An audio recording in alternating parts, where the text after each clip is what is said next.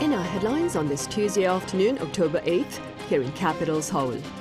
Among the notable agreements penned by South Korea and Singapore during President Yoon Suk-yeol's state visit this week is the Supply Chain Partnership Arrangement, which pledges a prompt joint response to any related disruption. Meanwhile, Samsung Electronics believes its third quarter operating profit will amount to slightly above 9 trillion won, which is an almost four-fold surge on year, but well below earlier estimates of some 11.5 trillion won by analysts. And in the Middle East, Israel ramps up its air raids and ground invasion into Lebanon that have killed over 1,400 people in over a fortnight and displaced over 1 million others, even as it maintains its military campaign in Gaza.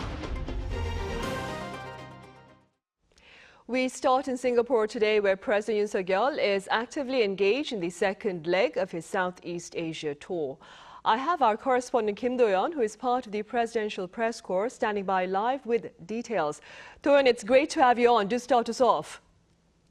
Honey, President Yoon landed here in Singapore late last night and started his official engagements earlier today. President Yoon and Prime Minister Wang signed various agreements to forge stronger ties, especially in the economic sector. First, let's take a listen to what the two leaders said about the bilateral relationship overall. 아시아의 발전과 번영을 선도해온 우리 두 국가가 이제는 AI, 디지털, 녹색 경제 분야를 아우르는 미래 선두주자로 자리매김하고 있습니다. 오늘 왕 총리님과 저는 양국의 우호 협력을 더욱 미래지향적이고 호혜적으로 발전시켜 나가는 방안을 심도 있게 논의했습니다. Our two countries have many things in common. We were both Asian tigers that successfully transformed our economies. Korea, of course, has done this on a much bigger scale. You have one of the world's largest economies, powered by innovative chaebols, SMEs, and startups, as well as a trend-setting culture which has taken the world by storm. Now, to get to the specifics, the most notable agreement the two made was the Supply Chain Partnership Arrangement. This is the first bilateral agreement specifically for supply chain disruption response for both nations. The two nations will get together to hold an emergency meeting within 5 days of the moment they identify such a situation. For example, we saw a few years ago a global urea shortage causing concerns over the operation of diesel vehicles in South Korea. Singapore is a global logistics hub with the second largest port in the world. So this agreement will allow South Korea to resolve such natural resource supply issues. Also, the two leaders agreed to liquefied natural gas cooperation. This paves the way for two nations to swap or jointly buy LNG supplies. The two nations are big in LNG exports despite having no natural reserves. Right. Do-yeon, also come next year, the two countries celebrate their 50th anniversary of diplomatic relations. And I hear their leaders have agreed to further elevate their ties. Do tell us more. That's right. Singapore, as we saw just yesterday from the Philippines, South Korea's level of diplomatic relations with Southeast Asian countries is getting higher overall. But the strategic partnership with Singapore will kick off next year in the light of the 50th anniversary of diplomatic relations. Now, take a look at what's being prepared. 이를 위해 양국은 주요 분야에서 전략적 공조를 더욱 강화해 나가기로 했습니다. 특히 미래 발전의 원동력이 될 AI를 포함한 첨단 기술과 스타트업 분야의 협력을 심화시켜 나갈 것입니다. The two leaders signed an MOU for advanced technology cooperation and another for startup cooperation. Singapore is one of the world's powerhouses for AI while having strong biomedical industry. South Korea is strong in manufacturing cars and electronics and chips. So according to the top office, the synergy effect for this will be big. And as President Yoon said, this is what the next phase of the bilateral relationship will be based on. Meanwhile, a total of 17 agreements were signed by the two nations. Now, President Yoon still has one more day in Singapore Before wrapping up his visit, he will also take part in the Distinguished Singapore Lecture Series organized by a leading think tank, IC's Yusof Ishak Institute, to introduce Korea's Indo-Pacific strategy, the country's cooperation with ASEAN, and the prospect for peace and prosperity in the region if his vision of Korean unification is achieved. That's all for now. Back to you. All right, Thoyon, thank you for that coverage. That was our top office correspondent Kim Do-yeon reporting live from Singapore, the second leg of President Yoon's Southeast Asia tour. Moving forward, Samsung Electronics has issued a rare apology after projecting that its third quarter operating profit will stand below estimates by market experts. Our Park Eun-woo covers this projection and more. A lower-than-expected business report card from South Korean tech giant Samsung Electronics. On Tuesday, the company reported an estimated operating profit of 9.1 trillion won, or just over $6.7 billion in the third quarter. That's up by over 274% compared to the same period in 2023, but over 10% down from quarter 2 this year. The tech giant has seen on-quarter rises in operating profits for 6 consecutive times since quarter 1 in 2023, but dropped during the July to September period. Samsung said that's mainly caused by sluggish performance from its device solution division, which normally accounts for over half of the total profit. Lackluster performance for legacy chips used in smartphones and PCs due to lower-than-expected demand was a major factor. Bonuses set in the third quarter, but to be issued early next year, was another reason. Postponement in the supplying of HBM3E chips to AI tech giant NVIDIA due to ongoing quality tests was a factor as well. Though sales were up by around 17% compared to last year, making it a record high for any quarter, Jeon Young-hyun, head of Samsung Electronics chip business, issued an unprecedented apology message. While apologizing for making people worried about the competitiveness of Samsung, he promised to take the situation as a chance for a rebound. And one expert spoke about possible scenarios for a brighter future. Once Samsung passes NVIDIA's test, gets its technology verified and supplies its chips, better performance is expected. The company should also continue developing its AI technology and services on its mobile phones. Also on Tuesday, LG Electronics revealed its operating profits for the third quarter of around $557 million, down nearly 21% on year. Increased logistics costs and marketing costs were the main reasons behind the drop. But as LG recorded its highest ever sales in quarter 3 among any third quarter, it said it would keep up with its growth momentum by diversifying its business portfolio. Park Eun-woo, Arirang News.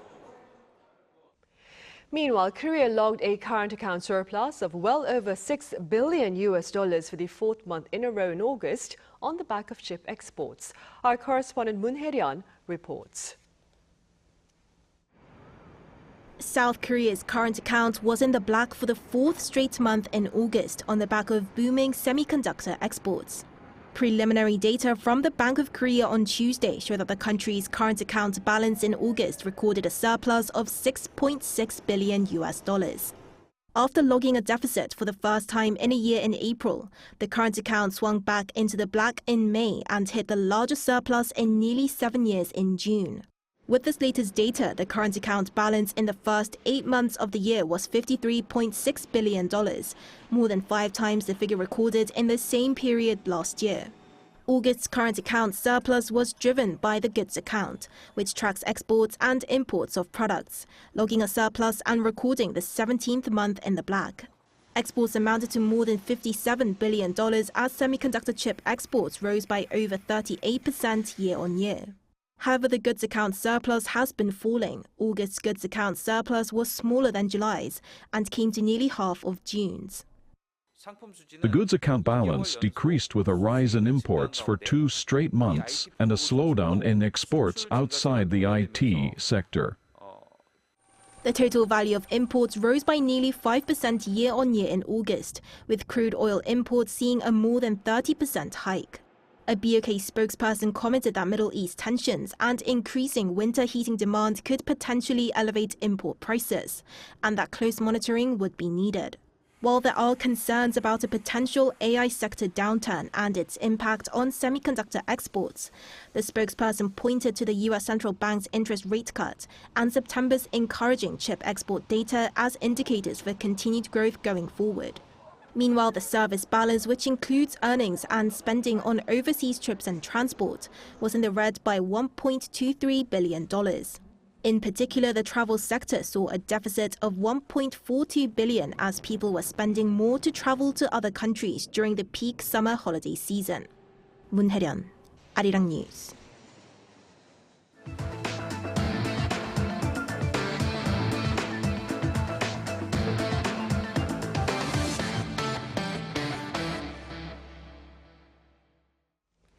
Despite international calls for a ceasefire, armed confrontations between Israel and militant groups in the Middle East continued on Monday, which marked the one-year anniversary of Hamas's appalling assault against Israel last year. Our Jeju has the latest. Israel and the Lebanese-based militant group Hezbollah continued intense fighting on October 7th local time and the first anniversary of the start of the Gaza conflict. According to a statement by the Israeli Defense Forces, 100 Israeli fighter jets hit 120 Hezbollah targets in southern Lebanon. The IDF added that they aimed at weakening Hezbollah's command and control abilities and securing movement for Israeli ground forces in Lebanon. The targets included Hezbollah's southern front, special forces known as the Radwan forces, missile and rocket launchers, and intelligence units. Hezbollah also claimed that it fired rockets toward areas near Tel Aviv and northern Haifa, specifically targeting an Israeli intelligence base near Tel Aviv. The IDF stated that Hezbollah launched around 190 rockets. Not only Hezbollah, but also Hamas and the Houthis, the so-called Axis of Resistance, launched a series of airstrikes against Israel on Monday. The Houthi rebels fired surface-to-surface missiles from Yemen, temporarily halting first anniversary commemoration events held throughout Israel. Hamas also launched a series of rockets from Khan Yunis in southern Gaza. Israel intercepted the projectiles and no casualties were reported from the attacks. During a cabinet meeting the same day, Israeli Prime Minister Benjamin Netanyahu stressed that fighting back against Iran's axis of evil was essential to Israel's security. He said Israel would eliminate Hamas and ensure the remaining hostages are returned safely. U.S. President Joe Biden and the Vice President Kamala Harris also marked the first anniversary of the Hamas attack. Biden stated that Washington remains fully committed to the safety and security of Israel, saying the U.S. supported Israel's right to defend itself. He also mentioned many civilian casualties as it was due to terrorist hiding and operating among innocent people.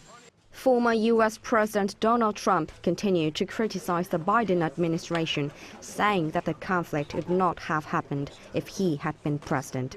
Trump also said he would support Israel striking Iran's nuclear facilities in response to Tehran's missile attacks last week, adding that Israel was entitled to attack. Jeju, Arirang News. And staying on the international front, Russia has attacked a civilian vessel in a Ukrainian Black Sea port for the second day in a row. According to Reuters on Monday, a Palau-flagged ship was hit by a Russian ballistic missile in Odesa. The report claims the strike killed one Ukrainian worker of a private cargo handling company and injured 5 foreign nationals. Now, this is the second such strike by Russia in southern Ukraine this week after it attacked a civilian vessel loaded with corn on Sunday. Russia has been targeting Ukrainian grain exports since withdrawing from the Black Sea Grain Initiative last July. Here on the peninsula, North Korea's Kim Jong-un has ruled out prospects of a preemptive strike against South Korea, provided the regime is not provoked. Our correspondent Kim Jong-shil spoke to pundits here for their thoughts on Kim's latest rhetoric. Do take a listen. North Korean leader Kim Jong-un stated during a speech at the Kim Jong-un National Defense University on Monday that Pyongyang frankly has no intention of attacking South Korea, contradicting past rhetoric about liberating the South. However, he warned that any imbalance in strategic power on the Korean peninsula could lead to war, reiterating Pyongyang's commitment to strengthening its nuclear capabilities in response to the ROK-US military alliance, which he described as a nuclear alliance.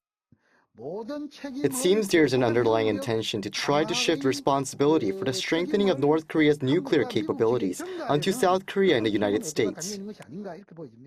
Speaking at a National Assembly session on Tuesday, Unification Minister Kim Jong-un cautioned that North Korea may declare the two Koreas as two hostile states in its constitutional amendment during its ongoing Supreme People's Assembly. He warned that this could increase military tensions on the peninsula, but gave reassurances that Seoul would respond firmly. Professor Lee Mul-chul of Gyeongnam University said Kim's statements on Monday could be seen as a preview of a potential constitutional revision. While North Korea has already declared two separate states, the severing of relations with the South continues to accelerate. The message here is clear. If South Korea applies further military pressure, North Korea would not hesitate to use all necessary means, including nuclear weapons, to destroy the South. As tensions escalate and stakes reach new heights, experts emphasize that the way forward hinges on not only military strength, but also diplomatic approaches. Kim Jong-sil, Arirang News. In other news, social media platform TikTok faces a probe by Korea's media regulator for alleged data consent violations. Our Cha Yoon-kyung explains. The short-form video platform service, TikTok, is owned by Chinese company ByteDance. In order to create an account on TikTok, it is required to agree to its personal information policy, which automatically sends users advertisements instead of letting them opt out of this under the Information Network law. The Korea Communications Commission is set to look into TikTok over this potential violation of the law. An official from the KCC has announced that the agency detected a problem in TikTok's personal information policy and will take measures after investigating the matter. Under the law, service platforms must allow users to decide whether they will receive marketing content and get clear consent from users in advance to send this out. Otherwise, platform companies can be subject to a fine of up to 30 million won, or just over $22,000. The Personal Information Protection Commission is also investigating TikTok's alleged violation of the Personal Data Protection Law. TikTok has also been criticized for not sharing the full content of its terms of service and privacy policy with its users when they join the platform. Cha Yoon-kyung, Arirang News. And South Korea this year endured its hottest September on record. According to weather authorities on this Tuesday, the average national temperature last month stood at 24.5 degrees Celsius, which is 4.2 degrees higher than the average for September. The phenomenon has been linked to humid air from a strong high-pressure system in the North Pacific, combined with high daytime temperatures. And members of K-pop boy band Stray Kids were on stage to mark the 50th anniversary special of the American Music Awards in LA this past weekend. Now, this group is the second K-pop act to perform at this music event after BTS. Stray Kids' mini album 8, released on July 19th, is currently the best-selling album in the US thus far this year, and the group is on a world tour until January next year. The American Music Awards is among the 4 major pop music awards, including the Grammy Awards, Billboard Music Awards, and the MTV Video Music Awards.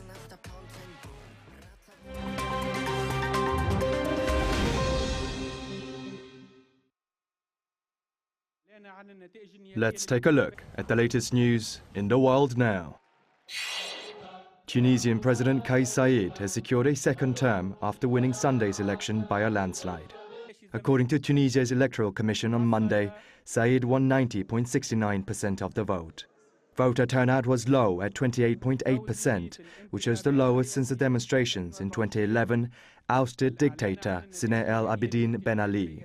66-year-old Saied, who has been in power since 2019, ran against 2 candidates, Shah party leader Zuhair Magzawi and Ayachi Zamel, a former lawyer who was jailed in September for election-related offences after gaining traction.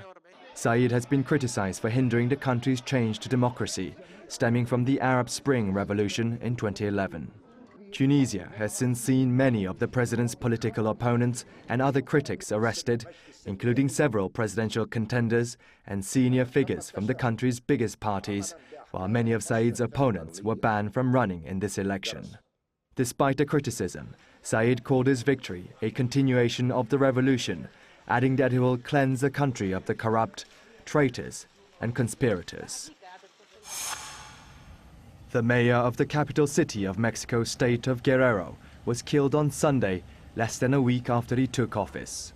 Alejandro Arcos was killed just 6 days after becoming mayor of Chilpancingo, a city of some 280,000 people in the southwest of Mexico. Guerrero State Governor Evelyn Salgado confirmed Mayor Arcos's death after unverified images had appeared on social media showing the mayor's severed head on top of a pickup truck. The Guerrero State Attorney General's office has said it has begun an investigation into Arcos's murder. Mayor Arcos's death came just 3 days after the city government's new secretary, Francisco Tapia, was shot to death. A British doctor pleaded guilty on Monday after attempting an audacious plot to inject his mother's partner with poison. Prosecutors said Thomas Kwan, who was in a dispute over the inheritance of his mother's home, disguised himself as a home visit nurse, creating a fake ID and wearing a false mustache, beard and wig. He then drove to his mother's home with false number plates on his car and, while pretending to be the nurse, injected poison into his mother's partner, Patrick O'Hara. The prosecutor said that sometimes the truth really is stranger than fiction. In the Spanish city of Tarragona, the Catalan traditional contest of building human towers took place on Sunday, with a total of 42 teams competing in the biennial Castells competition. Some 11,000 spectators watched the competition, which showcased teams of up to 500 men, women and children compete to build the tallest tower. This year, a team from Villafranca captured the top spot, winning the €16,000 prize. The Castells, or human towers, were added to UNESCO's list of intangible cultural heritage of humanity in 2010, with the first competition taking place in the Tarragona Bull Ring in 1932. Kim Jong-un, Arirang News.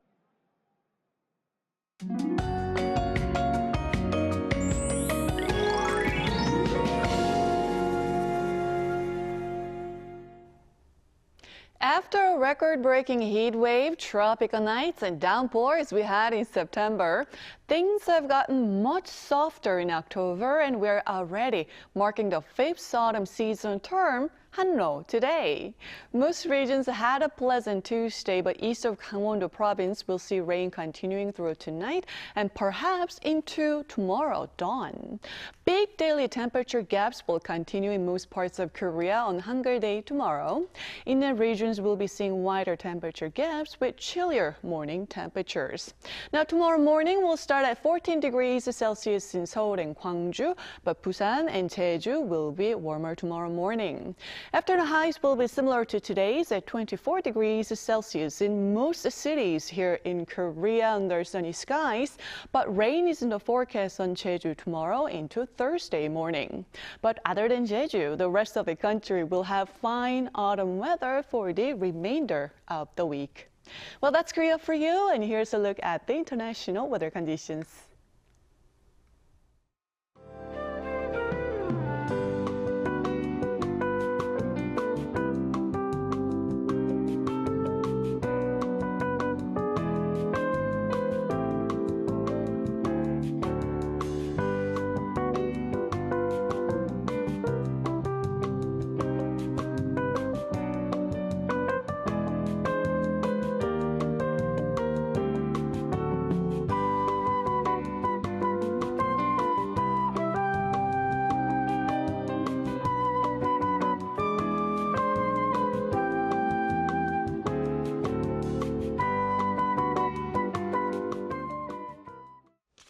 Right, those are the headlines at this hour here in South Korea. Coming up right after this break is our new daily panel session, Press Perspective. And today, we touch upon K-entertainment within the foreign media.